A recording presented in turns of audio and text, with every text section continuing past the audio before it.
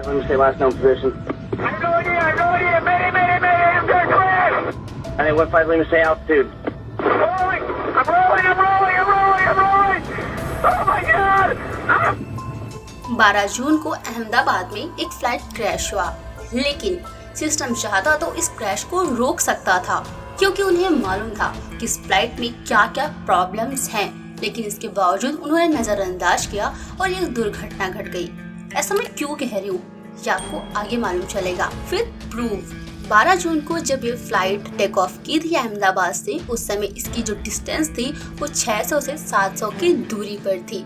उस फ्लाइट में करीब 244 मेंबर बैठे हुए थे, लेकिन जैसे ये दुर्घटना घटी सबकी मौत हो गई। कुछ को तो नॉर्मल से पहचान लिया गया था, लेकिन इतनी ज्यादा बॉडी जल चुकी थी काफी सारे लोगों की, जिसकी डीएनए की जरूरत पड़ रही है। डीएनए टेस्ट से उनकी पहचान की जा रही है कि ये किसके परिवार वाले हैं। अब अगर हम हादसे की बात करें तो 11 जून को जब ये फ्लाइट लंदन से अहमदाबाद आई थी, उसमें काफी सारे पैसेंजर बैठे हुए थे और उन लोगों ने फ्लाइट से उतरने के बाद सिस्टम को ये बताया इस फ्लाइट में कुछ तो बहुत गड़बड़ है, क्योंकि इंजन से काफी ज्यादा आवाजें आ रही हैं। इसके अलावा एसी नहीं चल रहा, जो भी मॉनिटर होते हैं उसमें काफी दिक्कत आ रही, उसमें ग्लिचिंग प्रॉब्लम थी, यानी कि जितना भी इलेक्ट्रिक चीजें थी सब में प्रॉब्लम थी। ये चीजें वहां से फ्लाइट से उतरने के बाद पैसेंजरों ने सिस्टम को बताया था, लेकिन सिस्टम ने क्या किया, इग्नोर। उन्होंने उसमें काफी सारा फ्यूल डलवाया और उसे टेक ऑफ करने के लिए छोड़ दिया, और फिर कुछ ही सेकंड बाद ये दुर्घटना घट गई। वो चाहते तो इसे रोक सकते थे, लेकिन उन्होंने ऐसा नहीं किया। उनको ये लगा था कि इन दोनों इंजनों की पहले सर्विसिंग हो चुकी है, यानी कि 1 अप्रैल में हुई थी, 1 फरवरी में हुई थी, तो उन्हें ये लगा कि सर्विसिंग तो हो चुकी है, अब इसमें क्या दिक्कत आएगी, हो सकता है कुछ छोटी मोटी प्रॉब्लम होगी, उसे इग्नोर कर दिए। लेकिन काश वो इग्नोर ना किए होते तो आज इतने सारे लोगों की जान नहीं जाती। अब 1 साल से 2 साल के बीच में हर फ्लाइट की फुल चेकिंग होती है। अब जैसे इस फ्लाइट की बात करें तो 2023 में इसकी फुल सर्विसिंग हुई थी, यानी कि बारीक से बारीक जांच हुई थी। अब 2025 दिसंबर में इसकी वापस से जांच करनी थी, लेकिन उससे पहले ही दुर्घटना घट गई। यानी कि फ्लाइट क्रैश होने से पहले काफी सारे छोटे मोटे संकेत दे रहा था, जिससे अगर सिस्टम चाहते तो वो रोक सकते थे, बट उन्होंने ऐसा नहीं किया। अब इस हादसे के बाद जितनी भी बड़ी बड़ी कंपनियां हैं वो इस पर स्टडी कर रही हैं कि आखिर ये क्रैश हुआ कैसे, ऐसी कौन सी बड़ी गलती हो गई थी जिस वजह से ये क्रैश हुआ। तो उन्होंने रिजल्ट में ये पाया कि जो लैंडिंग गियर होता है वो अच्छे से ऊपर नहीं जा पाया, जिस वजह से काफी ज्यादा हवा का प्रेशर विमान में भरने लगा था। इसके अलावा दूसरी चीज थी जो फ्लैप्स होता है, जो टेक ऑफ के वक्त पंखे में मदद करता है ऊपर ले जाने के लिए, उसे भी जल्दी बंद कर दिया गया था। यानी कि काफी सारी छोटी छोटी गलतियां थी, ऊपर से उसमें प्रॉब्लम तो थी ही, इस वजह से वो फ्लाइट क्रैश हुआ था। अब अगर हम साफ शब्दों में समझे तो जब भी फ्लाइट एयरपोर्ट पे रन करती है टेक ऑफ के लिए, उस समय जैसे वो टेक ऑफ करने की कोशिश की, उसका जो पंखा रहता है वो उसे मदद करता, प्रेशर बनाता है ऊपर उठाने के लिए, तो उसे जल्दी से बंद कर दिया गया था। इसके अलावा जो उनके पहिए होते हैं, जो लैंडिंग गियर होते हैं, वो भी अच्छे से ऊपर नहीं जा पाए थे टेक ऑफ के वक्त, जिस वजह से एयर का प्रेशर ज्यादा बढ़ने लगा था। इसके अलावा अहमदाबाद का उस दिन टेम्परेचर था 43 डिग्री, यानी कि उस समय गर्मी भी बहुत ज्यादा पड़ रही थी।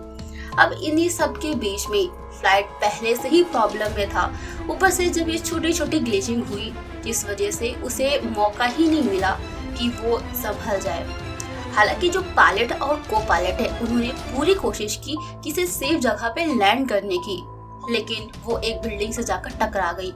अगर आप वीडियो को देखोगे ध्यान से, उस फ्लाइट की जो नोज है वो ऊपर है, यानी कि वो को पायलट और पायलट पूरी कोशिश कर रहे थे कि फ्लाइट को एक सेफ जगह पर लैंड करने की। अब 13 जून को जब इसका मलबा निकाला गया, उस समय एक ब्लैक बॉक्स मिला। ये ब्लैक बॉक्स पायलट के पास रखा होता है।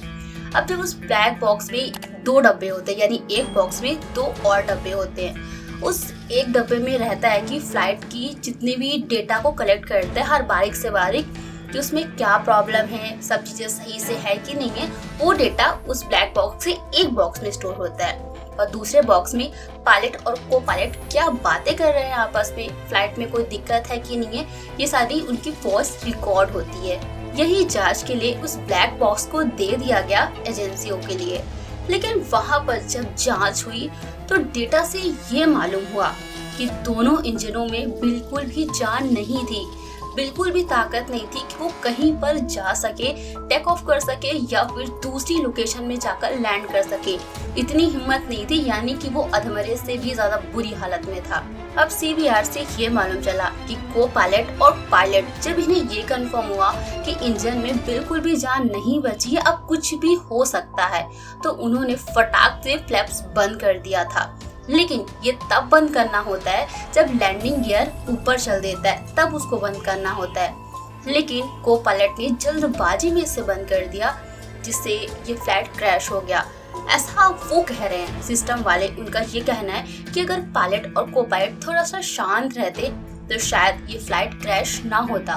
मतलब इसमें भी गलती पायलट और को पायलट की है, सिस्टम की बिल्कुल नहीं है, ऐसा कह रहे हैं। मतलब यहाँ पर बात ये है कि तुम एक इंसान को अधमरा सा फ्लाइट चलाने को दे रहे हो, अगर वो जाकर क्रैश हो रहा है तो आप ये कहोगे कि गलती हमारी नहीं है, गलती तुम्हारी, तुमको चलाना नहीं आ रहा था।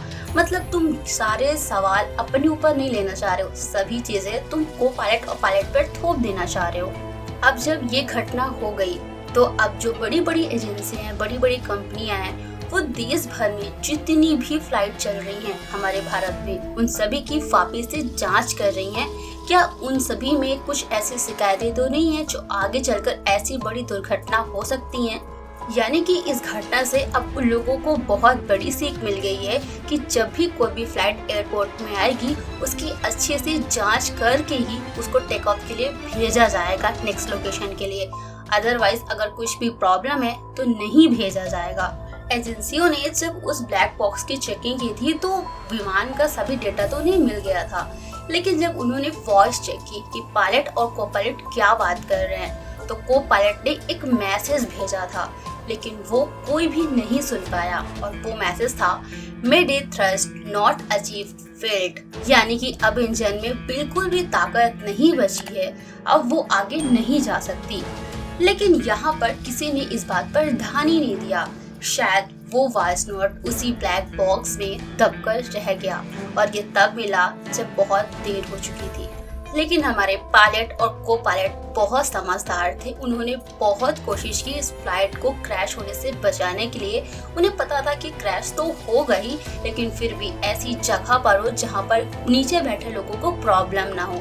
लेकिन फिर भी वो एक बिल्डिंग से टकरा गई, वो भी लास्ट में वो टकराई, लेकिन बिल्डिंग के नीचे जो फंसे थे ना, उनकी लाशों को काट काट कर निकाला जा रहा है। और फ्लाइट में जितने लोग थे वो तो इतनी ज्यादा बुरी तरीके से जल गए थे कि पहचान ही नहीं आ रहा है कि मलबा कौन सा है और उनकी बॉडी कौन सी, इस लेवल का जले है।